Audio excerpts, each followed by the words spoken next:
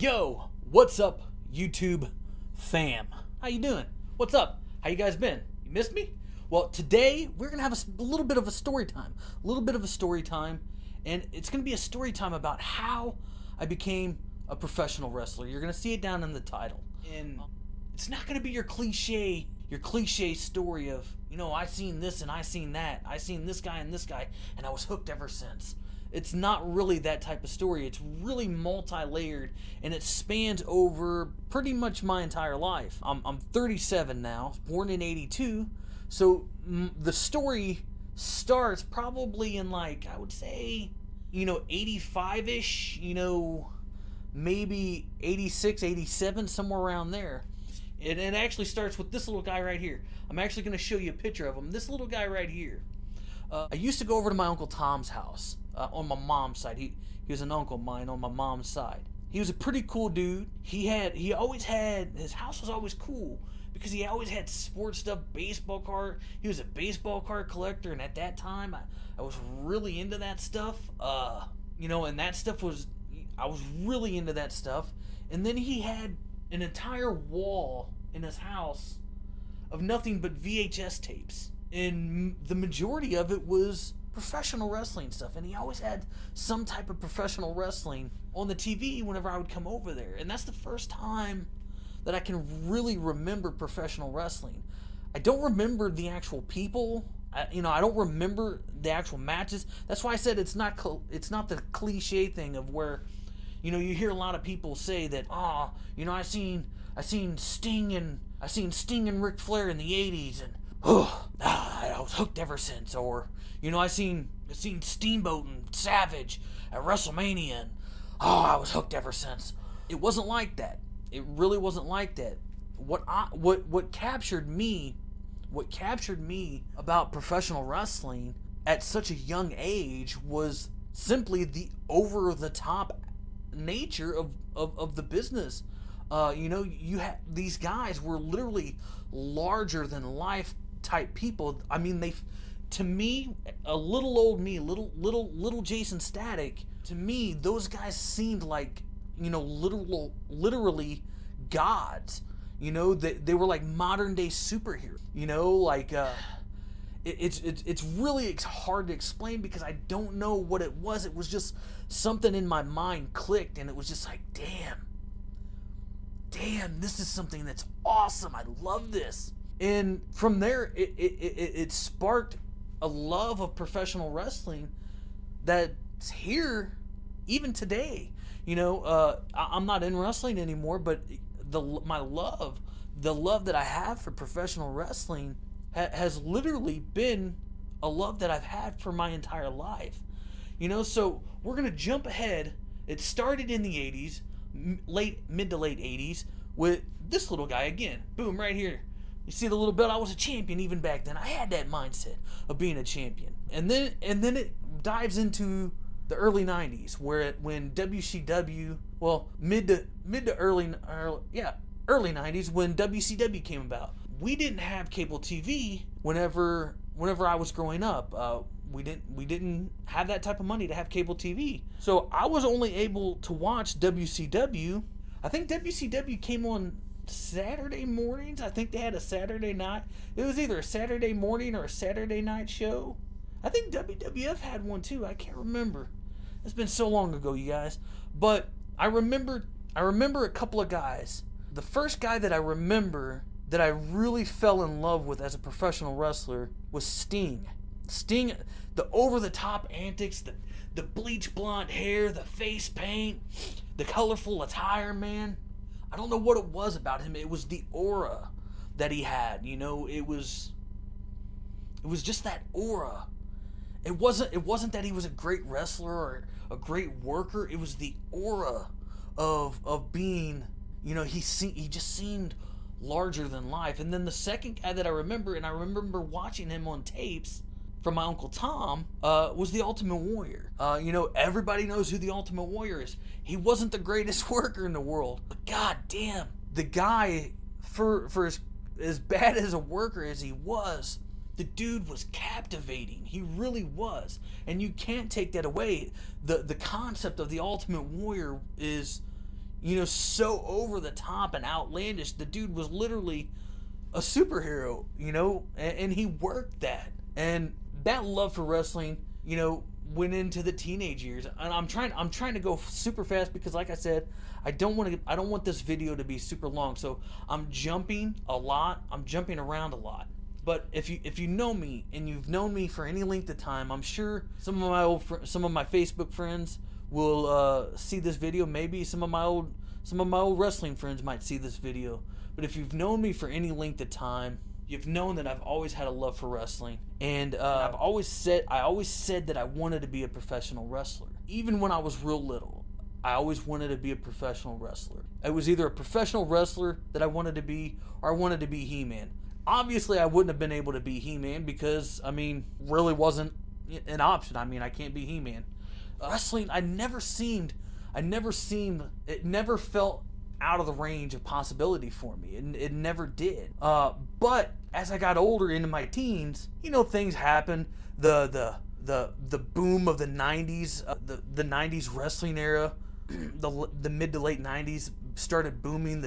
The war between WCW and the WWF at the time, the NWO, Black and White Sting, the Crow version of Sting, the DX and Stone Cold and The Rock, and the big boom of the 90s started happening. And I remember people in my school, making fun of me because I was the wrestling nerd. I was the dorky wrestling kid. And I think I don't remember who the people was, but I actually had people in school, called me Raven because I always had a leather jacket. I had the flannel shirt wrapped around my waist like I was Raven. So and that was one of the other people that I grew to love. I'm gonna try to bounce around. It's gonna bounce around a lot. That's why I said it's pretty multi-layered and it's kind of a crazy story. So the first people that I remember seeing and remembering solidly was Sting and Ultimate Warrior.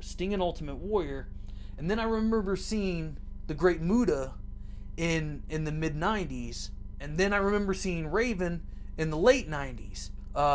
And those four guys really stuck out for me. And even, believe it or not, I might get a lot of hate for this. Another guy that stood out for me was Chris Benoit. Those five guys really kind of stood out for me, and those were the guys that grabbed me. I don't know why. I can't explain to you why. It was just the aura that they had, the mystique, the over the topness. It was those guys, those five guys, really grabbed a hold of me as a young kid into the early adolescent, and then on up into my teenage years. We're gonna jump again. I graduated high school in 2000. Fresh out of high school, 18 years old. Still always had the dream of wrestling, but I just didn't know how to get into it. It was still kind of that weird area in time where it wasn't a whole lot talked about. It was still, I didn't know where to get in it. The internet hadn't really boomed yet. It was still kind of in its infancy. So I couldn't just get on the internet and type in, wrestling school near me. I probably could have, but hell, I didn't know, So fast forward to 2004. It was 2003, 2004. My grandfather, he passed away, and on my mom's side, my mom's dad, he passed away in 2004, and he passed away. And he passed away on the day that I went for a job interview. And this is where the story starts to get into how I actually became a professional wrestler. That's kind of the backstory. Is the people that I learned, the people that I remembered, how my love for wrestling became, and now we're actually getting into the part of where I actually became the wrestler. So in 2004, I started this job in St. Louis where I was living. I was living in St. Louis at the time, and I started this job. And there was a guy there that worked there. His name was Shaft. He was kind of a 6 foot tall, middle-aged black guy. I worked on a line with him, and he always talked to me about professional wrestling. We always talked about pro wrestling together. And one day he told me, he goes, "Well, hey, I'm a professional wrestler, And I was just like, man, you're bullshitting me. You're bullshitting." So he's like, nah, man, I really am. If you want some tickets, we're having a show coming up pretty soon.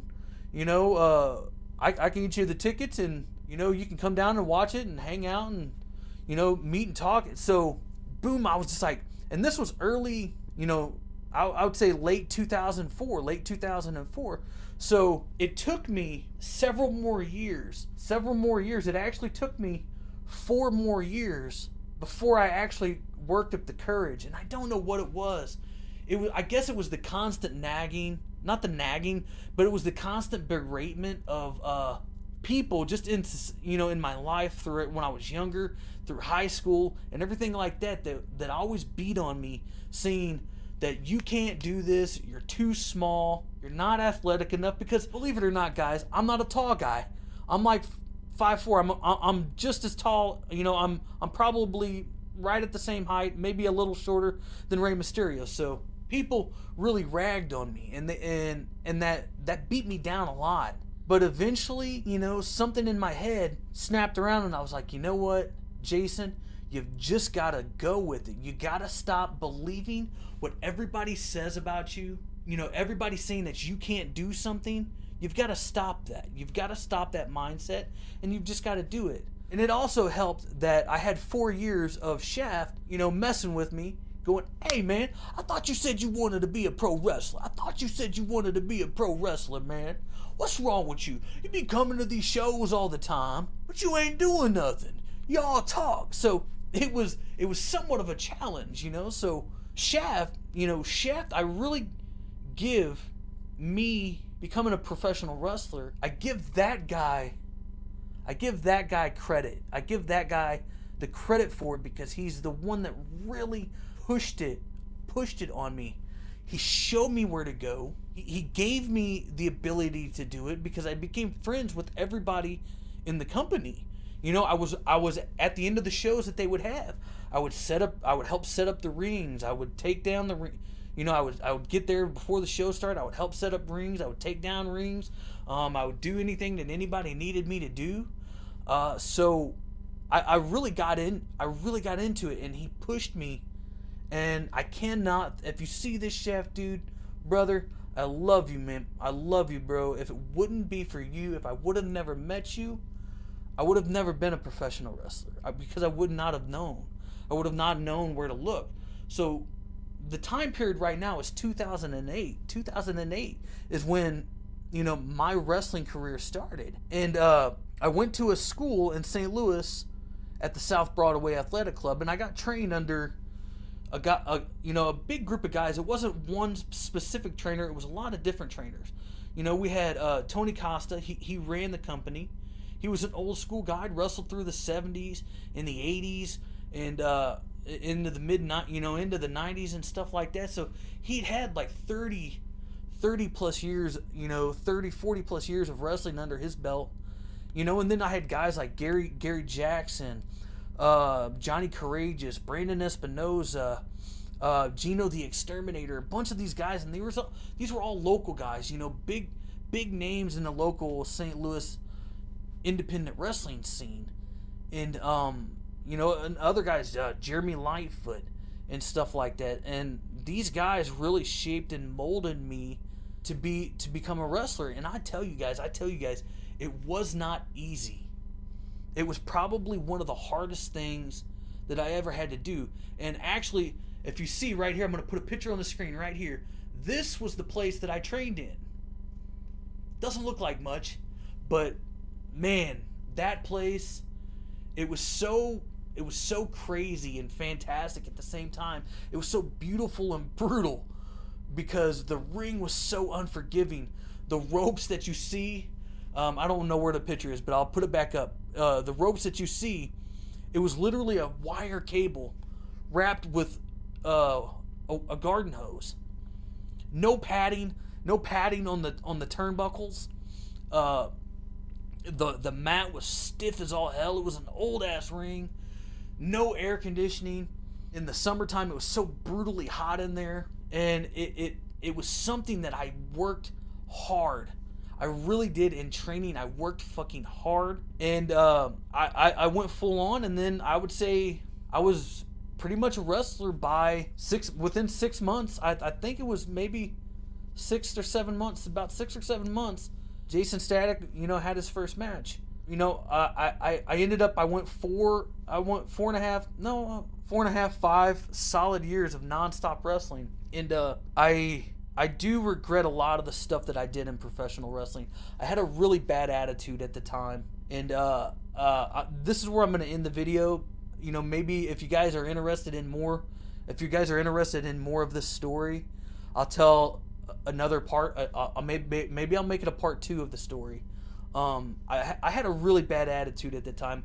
There was a lot of personal stuff going on in my life. And I just want to let people know, if they see this, anybody that I had ever come across in the wrestling business, I apologize for my attitude back then. It's not an excuse. I don't have an excuse for it. It was just a wild time in my life, and I was pretty much out of my dome, man. I was out of my place. And yeah, guys. So that's essentially how I became a wrestler. It started when I was young, the love and the passion, and I still have that love. I still have that love for professional wrestling. I don't necessarily have the drive to compete for it, but I still have that love of but also in the wrestling business, you never say never. You never know if a person come back. I mean, hell, there's guys that's been on the independent. There's been guys in the business that's come back like 70 times. Hell, Terry Funk's come back like 100 times already. Since he's been a wrestler. So, you never know. So yeah, you guys, I just wanted to let you guys know. I wanted to tell you guys this story. If you guys are interested in more stories, let me know. If you're interested in what made me kind of take the boots off, put them up and hang them up on the shelf. If you guys are interested in that story, that one's a little bit more complex. That one's pretty crazy, and super personal. I'll let you guys know that.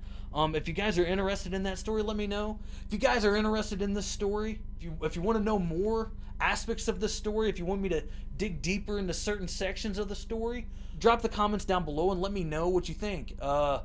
If you're watching this video and you get this far in the video, and you're interested in becoming a professional wrestler, drop a comment down below and send me your email, and I'll put you in contact with some pretty good reputable schools across the country. Some of the guys I don't know personally, but I know that they're damn good schools to go to. But yeah, you guys, that's how I became a professional wrestler. Started in the 80s. That spark of first seeing it went on into the 90s as my fandom and the love grew, and then it went into the early 2000s where I met a guy named Shaft. He was a bad mother. Shut your mouth. On top of that, and then Jaysin Static was born.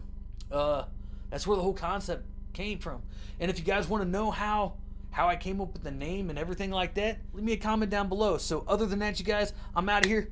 Much love. Peace out. Love you guys.